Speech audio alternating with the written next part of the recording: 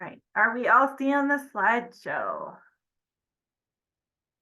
Excellent. All right. Well, thanks everybody. And we'll kind of have discussion as we go throughout the day, but hopefully this, or the hour and a half, not the day, we're scheduled from 10 to 11:30. So again, welcome to the New Mexico Arts Grant Review Panelist Orientation. You are session number 2 of this week. And we're really glad that, again, you could carve out some time to join us. And hopefully this is helpful in your work, which is important work for what we do here at New Mexico Arts. We'll have a little bit of an overview of the session today. This PowerPoint is broken into 2 areas about the grant review and panelist responsibilities as far as the grant review goes. And then we'll talk a little bit about our online grant system that Sue mentioned and sort of the how-to functionality of that. We have questions and discussions at the end, but it's absolutely not necessary to hold your questions. We can have a discussion as we're moving along. And we encourage and invite that. And again, I know our team members have a lot of expertise. So Maggie and Kevin and Sue will be offering other useful information as we move through this. So especially when we're meeting new people, but actually it's exciting for those of you who've helped us in the past. Just the context of who New Mexico Arts is.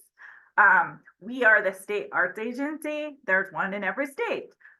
We are actually a division of the Department of Cultural Affairs here in New Mexico, and we both administer the state's 1% for Public Art program. But another key function, which is sort of what's gathered us today, is our grants program, which provides financial support to nonprofits or other types of organizations for their art services and programming statewide. The agency also provides technical assistance and educational opportunities for organizations and artists and arts educators throughout New Mexico. So we have other programming, Governor's Arts Awards, Arts in the Military program, arts education. Kevin Linkner, our coordinator there, works with Poetry Out Loud and National Poetry Recitation competition, of which we have an event coming up this weekend that certainly panelists would be invited to as well. So it's a big, all-encompassing agency that offers lots of services to the field in the arts. For the purposes of today, we're here for the grants program.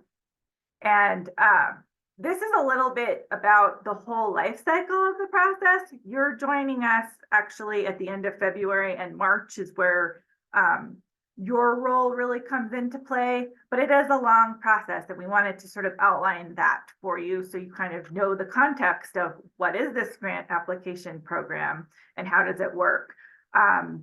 Every year we offer our guidelines and application are open to applicants the first week of September. We do what's called an advance review in October, which checks applications that have submitted early enough for mistakes or things that might cause ineligibility. And we offer feedback to those applicants.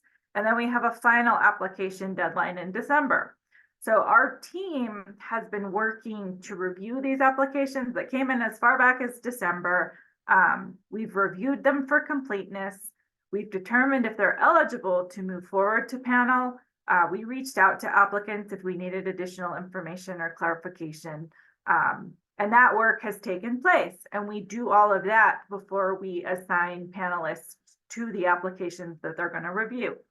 So as of today, you would have received that access information with the information about the Zoom session today. So you should be able to log in and view the applications that have been assigned to you. For the month of March, but you could start today. There's nothing stopping you, from February 29. But for the month of March, we have allocated this time for the panel review. So your critical important work happens during the month of March, all the way through March 31st. You have to review and score and write comments for the applications assigned in the categories that you're assigned to. Your scores, so again, your work is critical to our process, informs a possible allocation of funding for these grantees. Based on your scores, we determine they've asked for a certain amount requested, your panel score, and the available funding we have for the grants program. We make recommendations that we take to our Arts Commission, both in May and the full commission in June, for final approval on these recommendations. These grantees, so again, March next month, in June is when we'll actually notify applicants who are successful through this process of their funding. So it's we're glad you're joining us at this time, and you have a critical role to our process. Now, all right. So today we're going to talk a little bit about your role as a panelist and what your responsibilities are to this process. We ask first, so you've ticked off the first item on this list of responsibilities to participate in a panel orientation session. So thank you and welcome.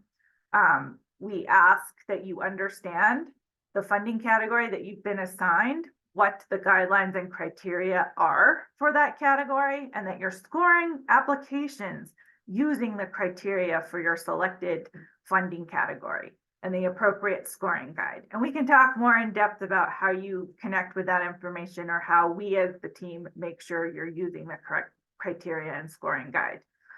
We ask, it's really important, we're a small community here in New Mexico. We know a lot, we know each other. We're familiar with lots of our arts organizations, but we ask that you limit your evaluations only in the content of the application presented to you. So the information that they have included in the application is what should be considered for your review. Again, in support of that comment, not allowing any prior information you know about an organization or outside information about an applicant. Say there's a story in the paper, a news story, etc., that you can't bring those into consideration for an application. It really is limited to the review of the application. We are really careful. We honor and respect this arts community here in New Mexico. We want every application to receive an objective and fair review. We want to make sure that we declare any real or perceived conflicts of interest, both to us if you determine you have a conflict, but also in the online review form that has an option to select conflict. And we do ask, and hopefully arts organizations are not reaching out to you, nor would you be reaching out to organization representatives during this process, just so that there wouldn't be undue influence, or they can't offer clarifications on their applications, those kinds of things. And kind of back to just treating people fairly, being considerate and professional in your approach. I compare this often to panelists are almost like school teachers. You're reviewing and grading applications, and you're trying to help applicants improve their work in the future if there are difficulties in their application. As I mentioned before, you're completing the review and scoring of the applications within the online system by March 31st. And I just let a few more people in. All right. As I mentioned previously, we do take conflict of interest seriously, but we're also happy to discuss with you if you think you might have a conflict, because you might not, etc., just to be careful. But we do want to make sure that there isn't an appearance of a conflict with specific organizations. New Mexico Arts considers a direct conflict of interest. Certainly a member of your household or a member of your immediate family might work for an organization. That certainly would be a direct conflict of interest. Are you currently employed by the organization, or do you receive financial compensation from the organization? Again, a direct conflict.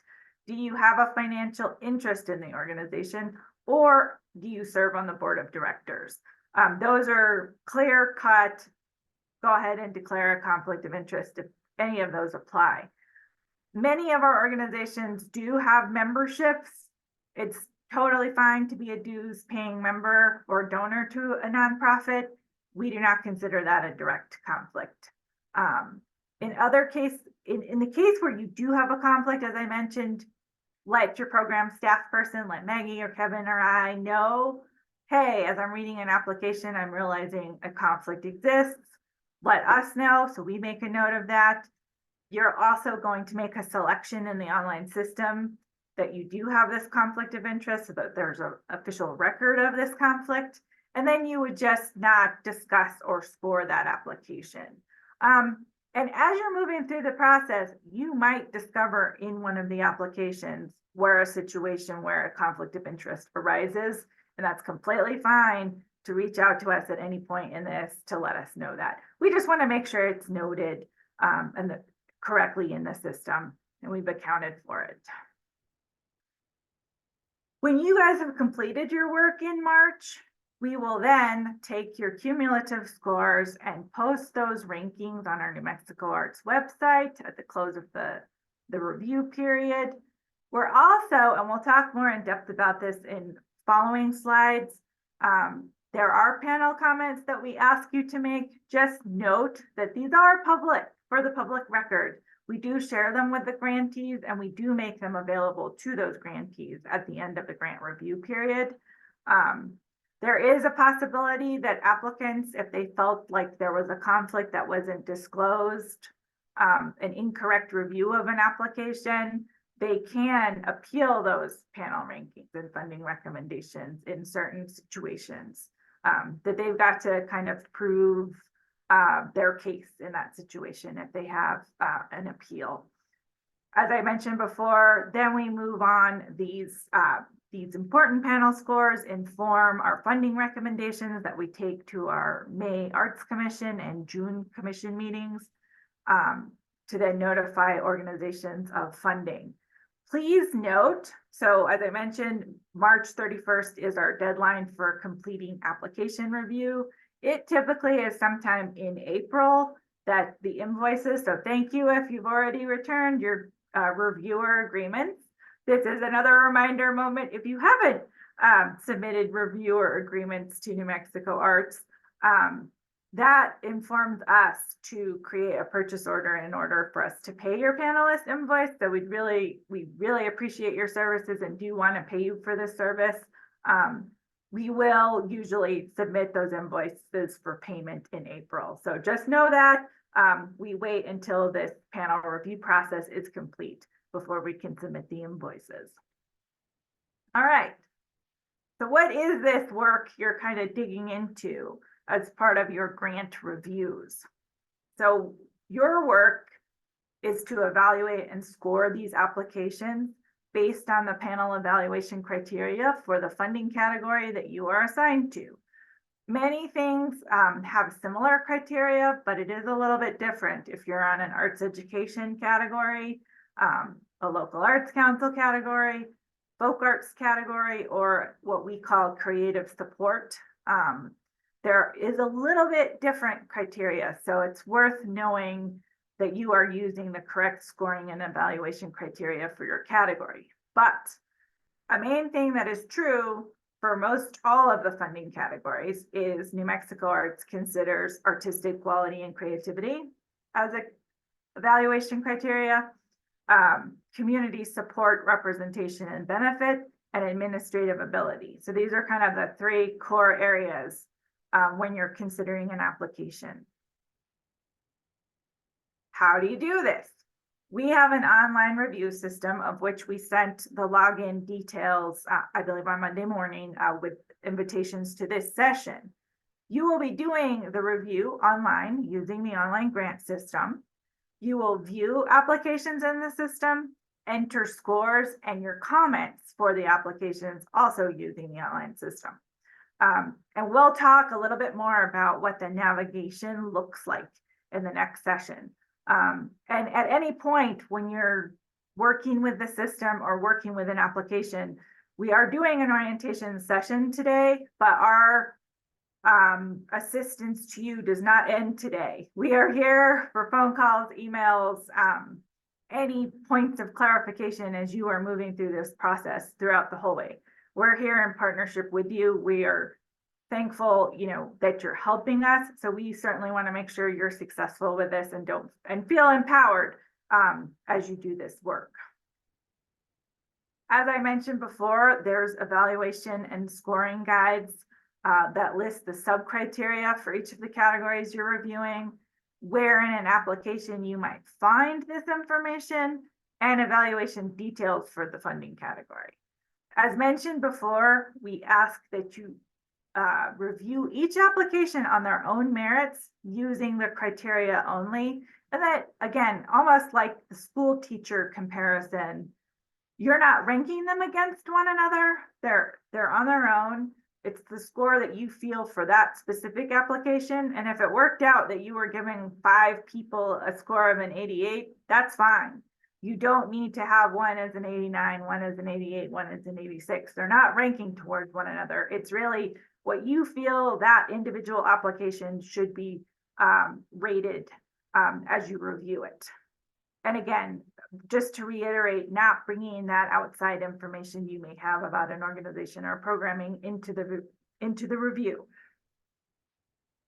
Okay, so as I mentioned, each application has up to 100 points available. And you can kind of see this breakout of those 3 core areas that we talked about. So up to 35 points for artistic quality and creativity, up to 40 points for community support, and up to 25 points for administrative ability. Now, as we get into, in the next couple of sheets, we'll talk more about evaluation criteria for each of these areas. Just know it's a mix of things. Things that applicants have uploaded will inform some of how you're reviewing them. Narrative questions and how well the narrative's been addressed will help you address this. But also, especially in the case of administrative ability, it's sort of how does it all come together? Does the entire application make sense? We have assigned 3 panelists to each category that's being reviewed, and it's the cumulative score, the average of the 3 panelists that actually will determine an applicant's final score. And again, we ask, and there are some great suggestions amongst the team and actually past panelists about creating your scoring to make sure you're being consistent and fair and equitable across all applicants. That if you're taking off points for a certain thing in one application, that if you encounter that in other applications, that you're, again, being judicious and making sure you're being consistent. Once you've set your scoring range, then sticking within that scoring range is really important. And just know that an applicant must have a final score of 65 points or above to even be considered eligible for funding. So if you're giving an organization 64 points or below, you are saying this application doesn't address the criteria, hasn't clarified what the programming is about. You have serious concerns with an application if you're in that 64 or below space. The other part of it, that was sort of the numeric scoring and what that looks like. But another part of technical assistance that's also incredibly useful to applicants is panel comments. As I mentioned before, these are shared with the applicants at the end of the review process. So again, know that this is a human on the other end that's reading this feedback and these comments. We again ask that you're consistent and fair in your review. You're constructive, considerate, and kind. So we know invariably you'll read applications that may need improvement. Something's not clear, something's not addressed, something's missing, something is incorrect. And it's okay if an application needs to be improved, and you can let an applicant know that they could be more clear, or that there's errors, or that there's typos, or you would have liked more information about something. If it's not clear, it's just stating it in a way that's helpful to them, so they kind of know next year when I'm preparing my application, I know the things I can move forward with and improve on. And then it's also not personal. You're wrong. You did it wrong. This is, we want to speak in a way that's helpful and honors that somebody's at the other end of this who has prepared this application for us to review. Conversely, if an application is strong, so it's a really well-organized application, you're really The information's clear. The programming is excellent. It's well demonstrated. It's still worth typing that in. This is a strong application. It's well organized. I feel like it's addressed the criteria. I'm really impressed by the programming because hearing those things will also reinforce the incredible work people are doing as well. So if you have negative comments, it's helpful. Again, negative comments, constructive criticism. And then if you have positive comments, don't be shy with that either. I think it's important for people doing good work to hear that they're doing good work. As I mentioned before, this is part of technical assistance offered by New Mexico Arts, and you all and your expertise is really critical to this. So we actually ask that you write at least 3 sentences for each of those areas that you're reviewing. So for artistic quality, for community support, and for administrative ability. And if you're coming across a challenge and you're even struggling with how to articulate something, we are always happy to talk with you as well and help you strategize, especially if you're dealing with something that's a little more difficult and you're wondering, how should I say this that's helpful? But I really want to say this because I think an applicant needs to hear it. We're here for the whole process. Another reminder, if you have scores that are really high, like a 98 or really low, you are saying, they're under 65, 64 and below.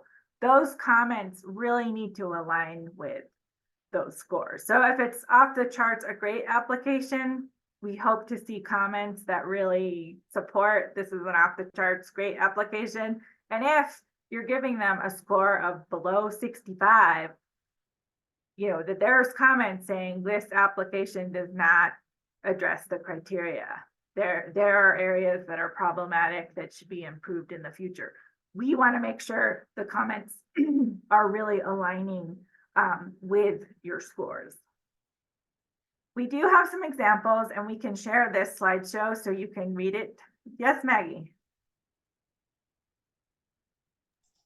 I just wanted to emphasize that in terms of as you're going through the process and you feel as if, wow, I am scoring all of these very high, or conversely, if, wow, I'm being really harsh as I compare the budget to if they have staff or all volunteers and their programming. And I have had evaluators. I just want you to know that if you decide you want to adjust some of your scores, even if you're finished with your application, you can go. I've had people go back in and say, oh, I need to adjust that. So that's a possibility. And I just wanted to let you know that. Thank you. Yeah, and actually that's a good point too. It came up in our session on Tuesday that until we've kind of closed the cycle and said we're really done and everything's finalized, people do have an opportunity, particularly if you're just kind of trying this out for the first time. You might be reading your first couple of applications or batch of applications to even get the feel of what it's like and how you are evaluating them. So there's always opportunity. You might sleep on it one night, score some applications, and then realize, hey, I was being too harsh, or maybe that thing concerns me more than I thought it did the last time I read it. It's not done until it's done. Like, you can go back into the system all the way through the process and make adjustments. Even if you change your mind later, go back to a former application and make those adjustments. So the system's nimble that way. So again, here's just some examples of both, actually, a good mix of, hey, I loved everything about this organization. It's really strong and achieving. And then even panel comments can be a bit of both. I really love these things, and here's an area I would suggest for improvement. So we just wanted you to have a couple of examples of what really awesome panel comments have looked like before that we felt were really helpful for those applicants when they got them back. So this is getting more into a little bit more granular level of each of those 3 areas we talked about. So the first one that has up to 35 points is artistic quality and creativity. There are a couple of components when you're considering artistic quality and creativity, and certainly part of that is going to be artistic samples. These are arts organizations, so how they show us how they do their work is part of that. So whether it's season brochures as print materials, photographs of programming in action, if they're music organizations or performing arts organizations, audio samples, video samples that help support the kind of work they're doing, or even information that helps us understand how they would approach a proposed project. The other areas in artistic quality and creativity, we have a large narrative section that we ask them to address fulfillment of organization's mission, contribution to the arts, creativity and program concept, innovative presentation, and production of original works of art. Those all should be addressed in a narrative section. We have given applicants sort of the tip or recommendation that they should sort of use headings. So you kind of know, here's where they're talking about fulfillment of mission, here's contribution to the arts, et cetera, et cetera. So hopefully they've used these headings. They wouldn't have been disqualified for not using the headings, but it certainly makes it easier and faster to sort of see they've touched on these things. Conversely, they may not have used the headings, but they may have touched on those things. So as a panelist, it's perfectly okay to say, hey, the headings really helped, or I would encourage this applicant use the headings in the future. But the main thing is, have they addressed these items as part of the evaluation criteria? And we sort of follow the same premise with each other section. So community support, representation, and benefit. A lot of this is also addressed in a few narrative questions that you will see in the application. Community support, for instance, might be demonstrated actually in their organization budget that they have uploaded, or their financial narrative. So we've tried, even on these sheets, to sort of show you where you will find this in the application. For the narrative questions, again, we have suggested that people use the headings. And then the third criteria, which is up to 25 points, is administrative ability. How does this whole thing tie together?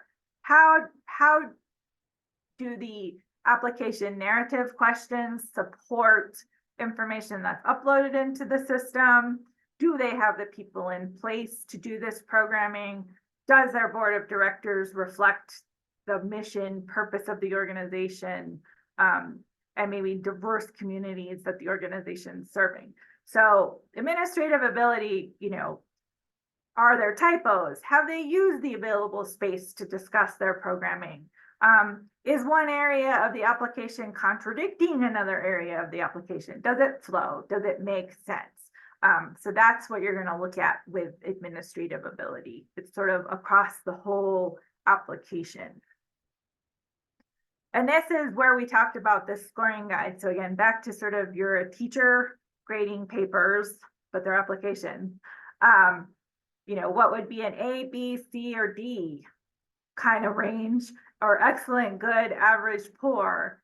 And again, noting 64 and below means you're not recommending an organization for funding.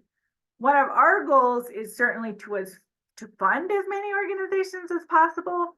So we want to make sure that the low scores well and truly reflect organizations that do not address the criteria or supply the needed information. And I think you can see that. And it does happen that there are organizations that we don't fund, and your recommendations are really important, and your panel comments are vital to us helping determine that. But again, if you're given somebody in the excellent range, just to reiterate, we'd love to see those comments that sort of support that kind of score.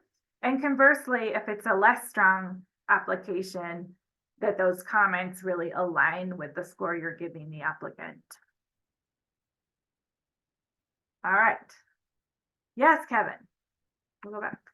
One, I want to give you a little break, but two, more importantly, just as a functional approach to scoring, I really recommend, and I'm sure Maggie would too, and everybody would, to print out the criteria that you're using to review the applications. It's great to have it in your hand, looking at them, as opposed to having multiple windows open all over your screen.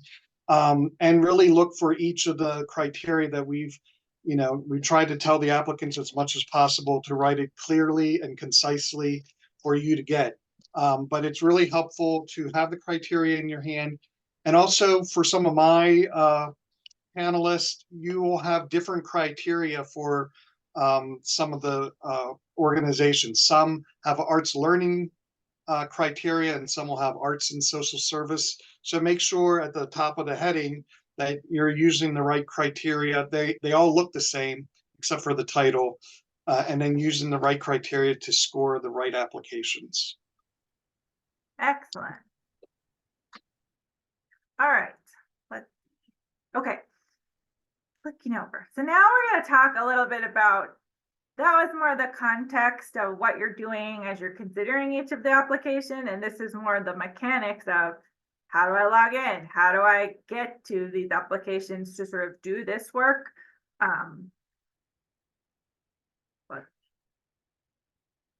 All right. So hopefully, and it's okay if you haven't done it since we just sent this information on Monday morning, but there is a link to the login page to access our online grant system. There you would be entering, depending on if you're a returning panelist or a new panelist, an email address and password. And typically, if you've recently served as a panelist, your login and password are going to be the same as they have been in the past. Okay. Now, if you're a new panelist, you actually might be prompted to create a new password the first time that you log in.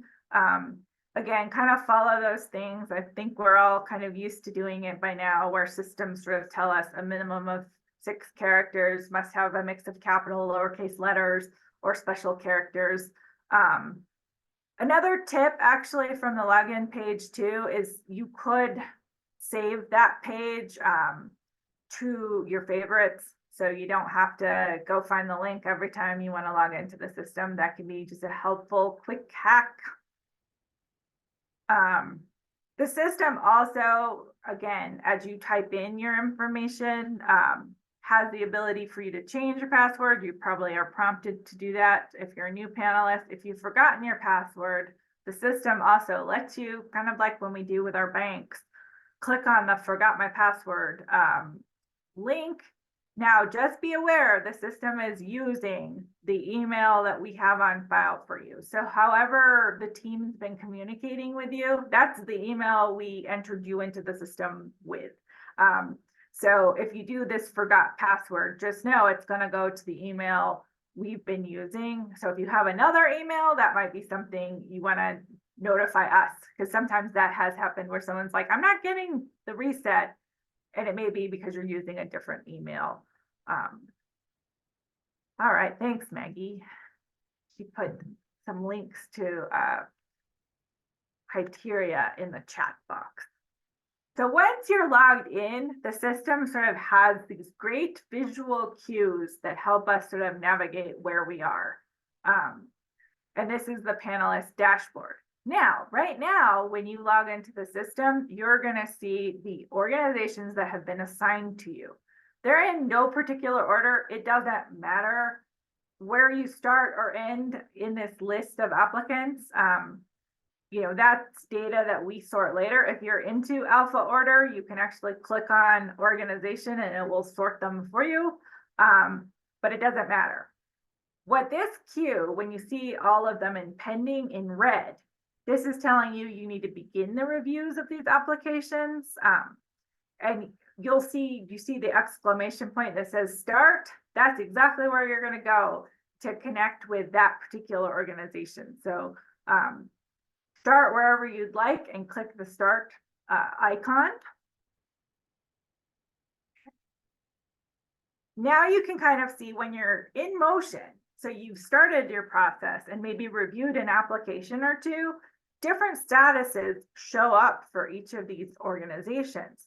The ones that are pending that you haven't started yet are still going to be kind of in this red classification. Ones that are orange to continue, you may have started an application, but you haven't finished the whole process, so it's still in draft. And then once it's complete, so you've viewed the application, you've entered your scores, you've made your comments, then an application's complete. If it's complete, you don't have to go back to it, but you absolutely can. And you have the option throughout the entire review process. When you click on, so actually for the purposes of this, see the organization listed Indigenous Ways, when you click that start button for them, this is what's going to come up. You're going to kind of see this split screen view for each of the applications. Now, on the right-hand side, this is viewing the application, reading it so that you can do your work to score and make comments for an application. You have several options here. You can review everything all online and not download anything, or you have opportunities to download an application packet, read it, as a PDF in one place, and then do your evaluation and scoring. That may be easier. Just know your browser is going to be working with that if you decide to review the application. But nothing requires you to do that. You can do it all in the system. You're just going to have to click on each of these sections. So applicant information, authorizing official, program description. You're going to click each of those areas to look at all of the sections of the application for that particular applicant. So it's kind of up to you what works best in your process, and you'll kind of feel out intuitively what feels best and kind of stick with that. But again, when you see the split screen, don't panic. Right-hand side, view all the application items. Left-hand side, this is where I'm actually scoring and entering my comments. So there's also within the application side, so on the right-hand side, the ability to look at all of the documents or samples that an applicant has uploaded into the system. So if you click on that document viewer, they'll kind of pop up all of the items included for that application. And there is this cool kind of eye icon that's view it in the system. So view it online, or there's a download aspect if you want to. But again, that might junk up your desktop if you don't want to download those items. And it might take more time to see those items. But it really is up to you what works with your process. There's more than one way to do it. They give you options, view it or download it. Okay, so also in the artistic samples, we have some links. So we have print materials and digital images that, again, you can view in the system or you can download, the two choices. For audio and video, they have actually provided links with a description of what the sample is that you're seeing. So you're going to click on that kind of globe icon to actually visit the link that the organization has included. Now, be aware, we have tried in most cases to catch any links that were not working. If an applicant, say, forgot to make a link public, it was on a private Google Drive, or even, they submitted this in December, if they moved it, if they had uploaded something to Vimeo or YouTube and then either made the link not public anymore or deleted it for whatever reason, a link may not be working. If you're encountering a situation where a link isn't working, let us know. It could be an administrative error for the grantee, or there could be something strange happening that we can troubleshoot for you. So as you're going through these, let us know, because they have, again, they can be errors, but they also can be just something strange. So if you're encountering somebody's link not working, please don't hesitate to reach out.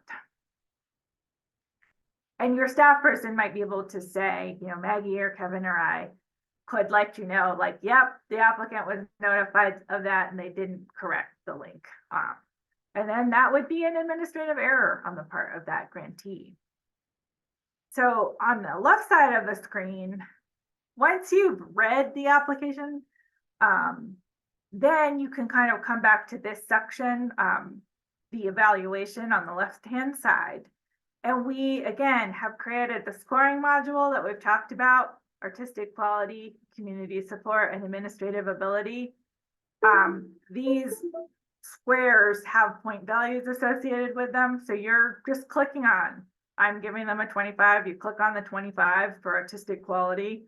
And then below that, so you've got a score of 25. This is where you're typing those 3 sentences for artistic quality and creativity to sort of, you know, my recommended score, I enjoyed these things, I would recommend they do these things, you know, the way that you're going to distill your comments down for that area of the application, that's where you're going to enter those comments in. You can do that for community support and administrative ability. So you're going to work through all 3 of the sections for each applicant. Then add up the final numeric score. We do double check. So there is a side, New Mexico Arts double checks too, to make sure your score is up to 100 points from those 3 areas. So again, we'll double check.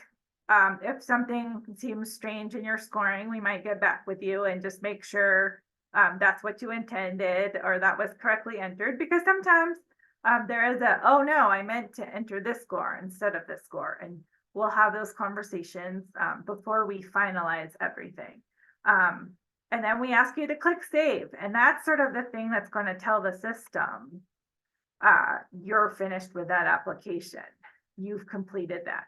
When you hit save, you're going to hit this sort of confirmation page that tells you your review has been saved. And don't panic when you see this page, because now you have options. Do I want to go back to the one I was working on, return to the evaluation? Do I want to go back to the dashboard, which is that page that's the list of all the applications in your category? Or do I just, the system will keep moving you through.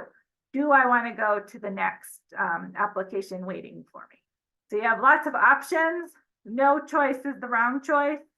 It is a little choose your own adventure as you're moving through these. And again, if you have any difficulties with navigation, we're here to help.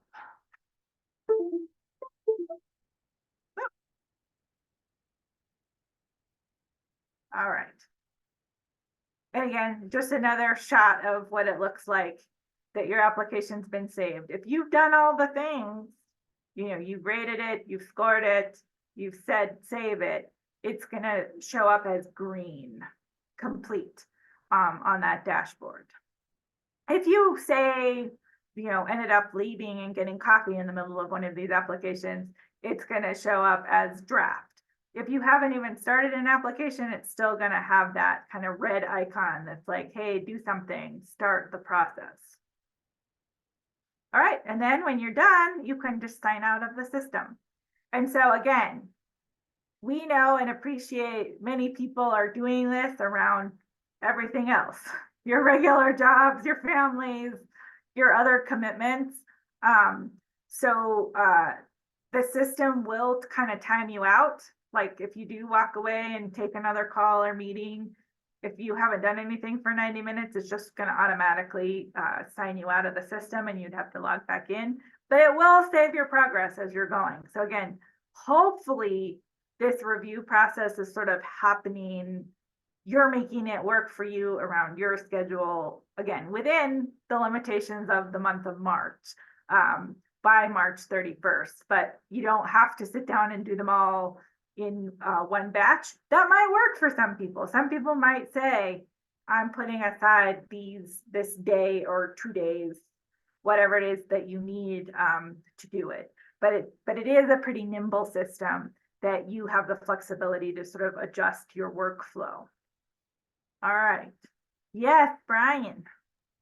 Hey, everybody. I've done this on several occasions, and it's always been a wonderful experience.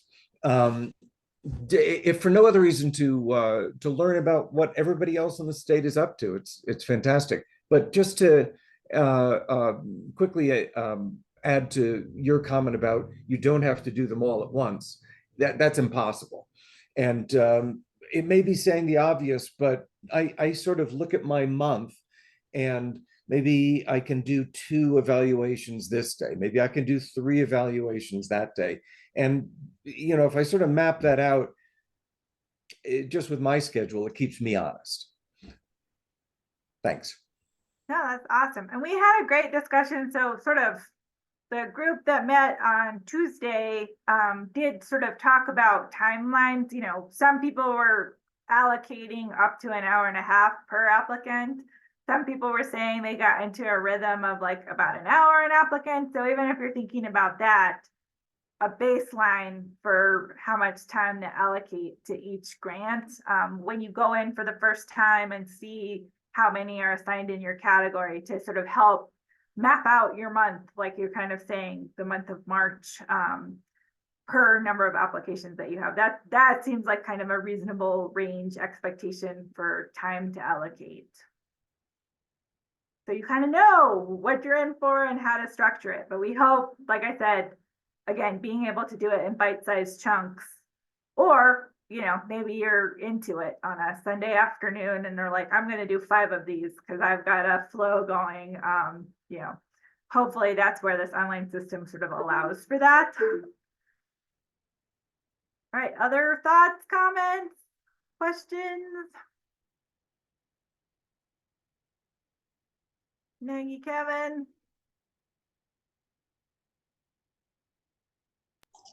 Well, maybe I would say one little thing. Let me look and see who's here. Oh, you know what? In terms of the attendance here today, I don't have any of my very little organization panelists on here today, so I'm not gonna fuss with this. I mean, basically, I was just gonna say, look at the staff and the volunteers. Are they staffed? Are they paid? Is it all volunteers? Do they do something once a year with a tiny little budget? And what is that programming and what does it bring to the community? Sometimes I encourage my panelists to be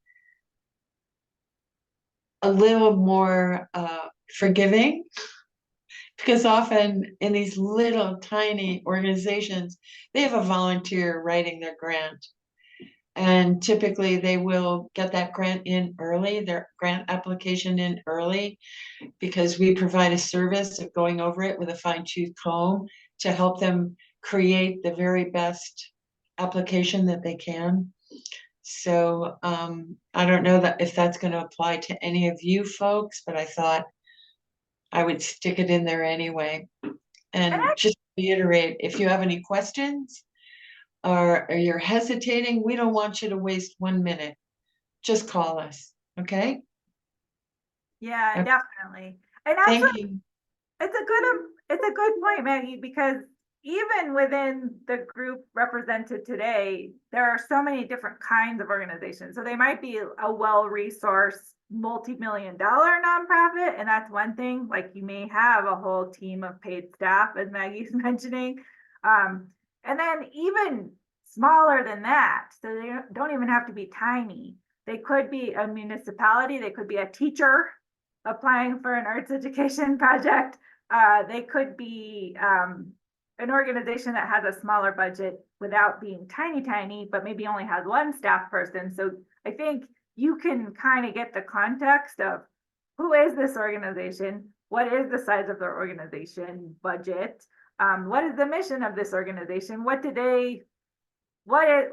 their role in this bigger New Mexico arts ecosystem, and that context of who that individual grantee is versus another grantee in their category, because it is a wide group of professionals. Some are not professional grant writers, and some do have the benefit of that. And again, we've tried, as Maggie oversees the major cultural organizations category, to have at least those applications all in the same category.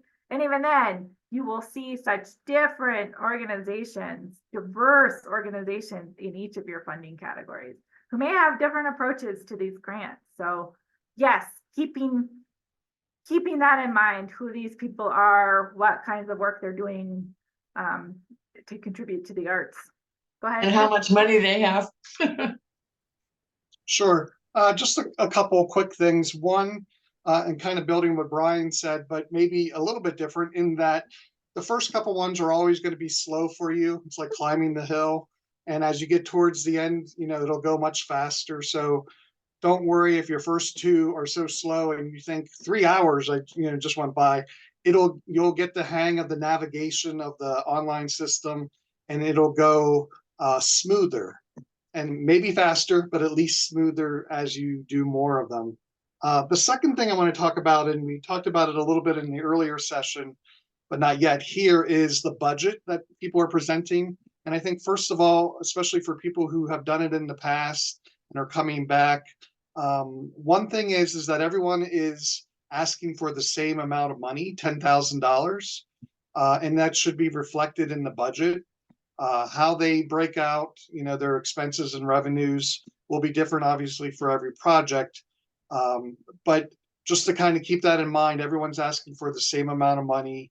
And we've already looked at if they have a match, because that's an important part of it. But you can look at certain things. I know when I was a reviewer in the past, one of the things was if they have all of their revenue from one source, I might raise a question. I don't necessarily take off points, but just, are you sure you want to, only have one source of income for this project, just as an example? So you can look at it. The budget is really a snapshot of what they are proposing. And so there's a lot of other things that go into that as well. They'll have an opportunity to size down or right size their project to the amount of money if they get approved. That comes later on in the process, but you're kind of looking at this particular snapshot of, this is the project we're proposing. This is the budget that matches that project. You judge whether it's the right kind of budget size. If they say they want to have everybody do art in the world, or New Mexico, I should say, and they have a small budget, then you can question that. If their narrative is telling the same story as their budget. Another example that I give in advanced reviews, if your project is to travel around doing art projects with kids and you have no money in your budget for travel, that's a question. Again, it might not be points off. There might be other reasons for it, but it's worth bringing that up. So hopefully they're telling the same story in their words as they are with their numbers. And that's all that I want to say. That's my TED Talk. Thank you. Excellent. Great point. All right. Any questions? All right. Well, and again, go ahead. I just want to bring up one more. We talked about sample or artistic samples. There are certain browsers on your internet or your computer that work better than others. Chrome, I think, and Sue can talk a little bit more about this if you're having issues. Firefox doesn't really work well with this particular program, as Maggie found out.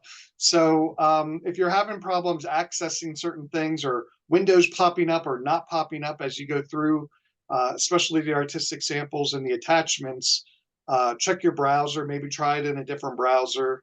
And if that's not working, definitely email us or call us at any time, and we'll get back to you in our office hours. I would say that Chrome and Edge are the preferred browsers. And Safari too, if you're on Apple.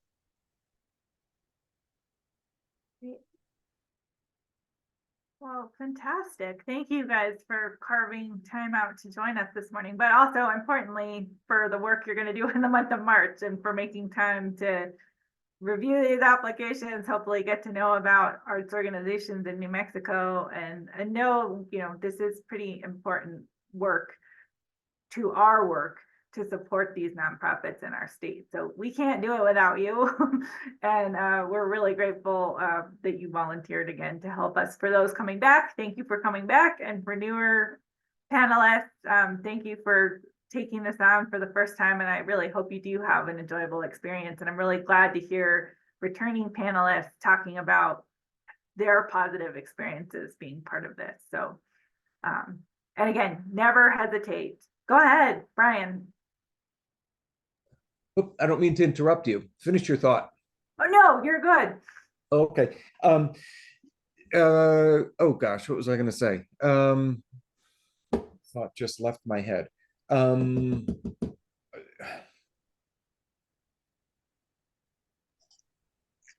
Welcome to my world, Brian. Oh You boy, can call me with the question later, okay? I got it. I got it. Got it. Good. One of the things that's really wonderful about New Mexico arts, and I would argue the New Mexico Humanities Council as well, because I've dealt with both quite a bit, is how you've demonstrated it today, just how hands-on you are with these applications, and your comment that the goal is to fund as many organizations as you possibly can. And that's just so wonderful. There are more maybe regional or national granting organizations that are much more hands-off. Send in your application. We don't want to hear from you.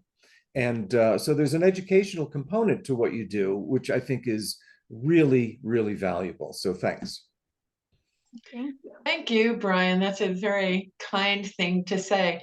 And I just want to emphasize that's why it's so important that we, as an evaluator, you not look at this as these are competing against one another. That's why we want to isolate each application's experience.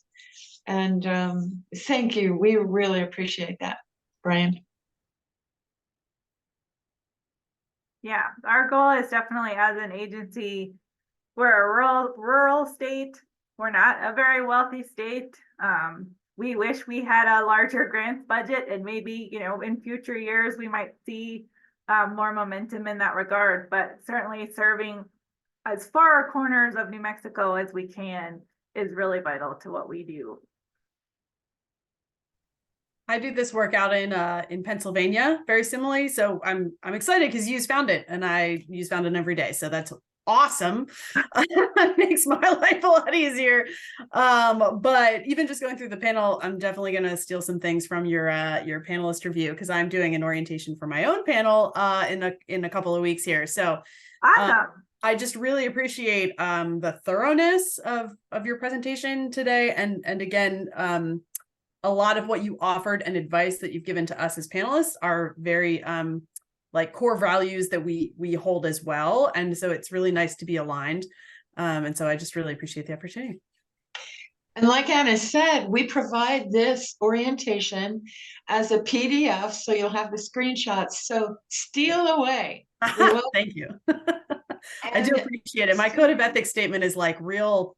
It's too dense. It's very dense. So I really liked kind of how you've laid yours out. Anyway. Yeah, and Sue is also recording it, and that'll be available too.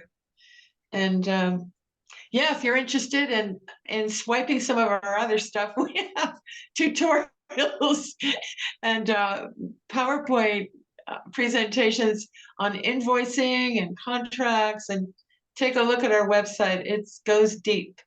Thank you, Sue. I appreciate it. And Rita, it's called Modeling Best Practices. I love it. Hey, Kevin, how you doing? Good to see your face. All right. Well, again, thank you. Thank you for making time to be with us this morning. Or if you come to more than one session, again, we're just grateful for everybody who's tuned in this week. But again, it doesn't stop here. We're with you every step of the way. Don't hesitate, even if you're reviewing it at 11 at night. As Kevin mentioned, we're here in regular business hours, but sometimes if you don't want to lose that thought, fire that email off. If there is something difficult that you're having, with an application. And again, problems, questions you have around scoring, something's not working, you want to bounce how to constructively say something that you're really concerned about with an application. We're here for all of it. And we look forward to working with you in the next month. And again, we're really grateful to your help this year. And again, thank you. Thank you for making time. And we'll hopefully see you all soon.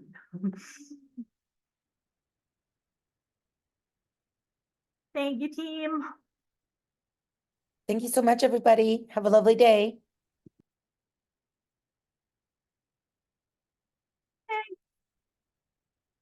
Kevin and Sue.